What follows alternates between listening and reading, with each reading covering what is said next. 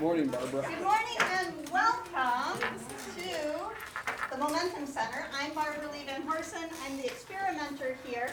We're a grassroots movement to create a stigma-free community.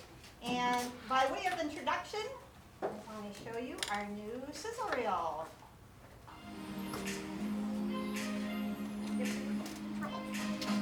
The Momentum Center is a grassroots movement to create a stigma-free community. We offer opportunities to nurture, educate, and inspire individuals.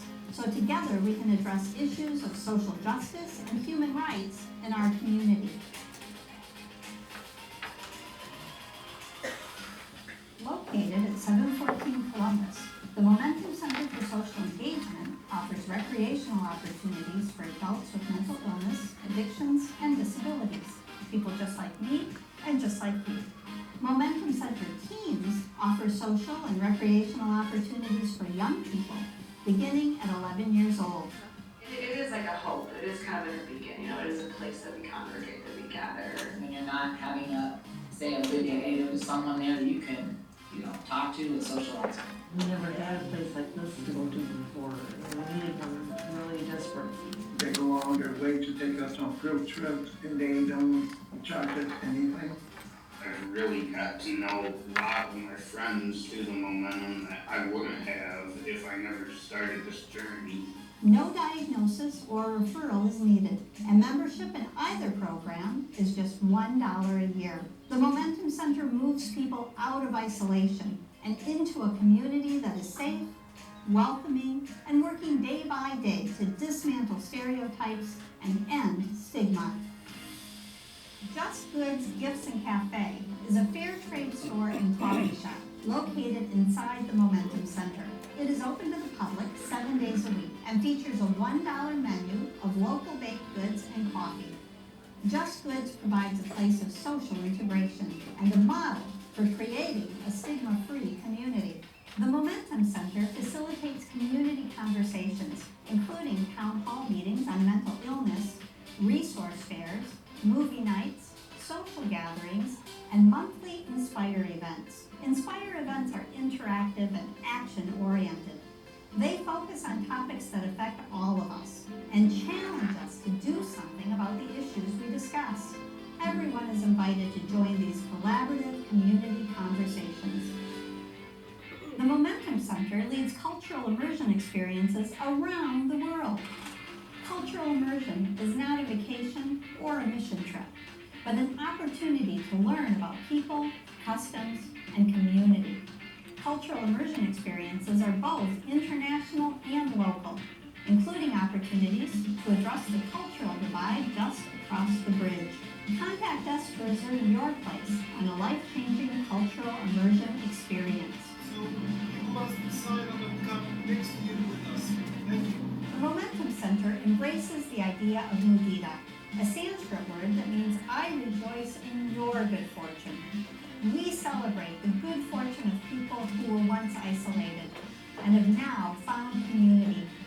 And we invite you to celebrate with us. Donate, attend, volunteer, participate in our annual events, including the Salmon Run to erase stigma and prom with a purpose. Have a wonderful experience while you help create a stigma-free community. The Momentum Center is a community response to a community issue. We need you to be part of this community solution.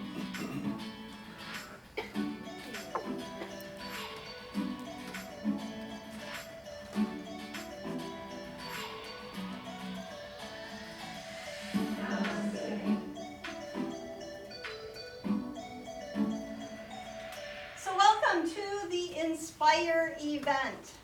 Our topic today is anger, and I wore my favorite gift t-shirt in honor of the occasion. It says, I'm practicing mindfulness, compassion, and loving kindness, so don't piss me off. If you're new to an Inspire event, this is what our agenda looks like. We have a welcome and some introductions.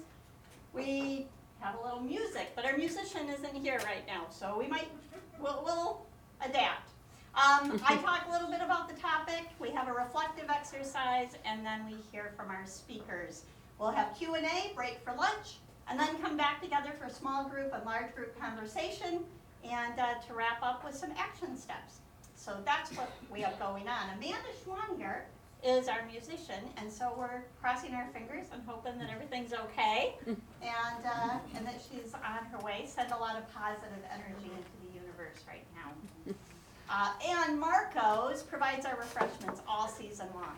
So they'll be delivering pizza, including gluten-free and salad, so there should be something for everybody. Our speakers today, I'm so excited. We have Bob Klein-Hexel from Start & Associates and Sandy Parker from On the Path Yoga. So welcome, you guys. Classing up the joint. Whenever we get together, we have ground rules that we go over because we want our conversations to remain positive and respectful. The first one is honesty. We don't get together to debate who's right and who's wrong, but to share our honest experiences and feelings and be willing to listen to others. Equality. We do bring in speakers, but we're all equal and valuable contributors to the conversation. Respect. We all have preconceived ideas and they can get in the way of our listening to each other. So we want to be aware of that so we can remain respectful of each other at all times. We want to practice active listening. We're in a culture where we've been taught that our brains can wander in 18 different directions at the same time. And what our brain mostly wants to think about is what we want to say. So I'm going to encourage us all to spend more time listening to what's actually being heard when somebody is speaking. Responsibility. All of us have hot buttons. Anger is our topic today. Those can be triggered unintentionally. If it happens, we want to be able to name it without blaming anybody for it. So taking ownership of our experiences and our feelings. And it's a shame-free zone. Shame never produces positive change. If anything, it just pushes other negative stuff deeper down where it festers and it gets unhealthy for everybody. So no shaming in this space. Those are our ground rules. Is everyone okay with the ground rules? Yeah? Is there anybody that's not going to be able to follow the ground rules? Excellent. That means we can continue. I wish I had a video queued up for this because we were going to sing We're Not Going to Take It. Little twisted sister, but maybe we'll figure something out over the break. We'll skip that, and I'll just talk a little bit about anger. So I want to confide in you one of my strongest and longest lasting fears, and that is that anybody would ever consider me to be a bitch. That was a crippling fear that really led me to have no healthy way to express my anger. Because bitches get angry. Nice girls, nice ladies, nice women don't. But anger itself is never a problem. Anger is a natural human emotion. And when we feel anger, that anger exists for a reason, and it deserves to be paid attention to. It deserves our respect. We all have a right to everything we feel, including our feelings of anger. Anger, in the words of David Rico, is the feeling that says no to opposition, injury, and injustice. It's an indicator that something I value is in jeopardy. Now, it can be tempting to view anger as something as a cause and effect. I'm angry because you made me angry. Or you're angry, so I must be to blame. Or if I'm sure of my innocence, you just don't have any right to be angry. Anger isn't caused by a person or an event. Anger is caused by our interpretation of the event. When we begin to use our anger in a healthy way, we're able to share it objectively without making somebody else responsible for it. Healthy anger management means taking responsibility for our own feelings, our thoughts, our behaviors, and handing over to others the responsibility for their own.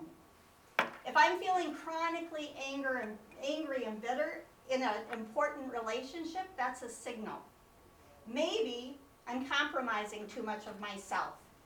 Maybe I feel uncertain or confused about what to do next. To recognize our lack of clarity isn't a weakness, but an opportunity, and a challenge, and a strength. And when our anger is aroused because of injustice, it can be a powerful motivator for us to speak up and to act for change. In either case, it's what we do with our anger that matters. Getting stuck in our anger doesn't help anything, but neither does venting.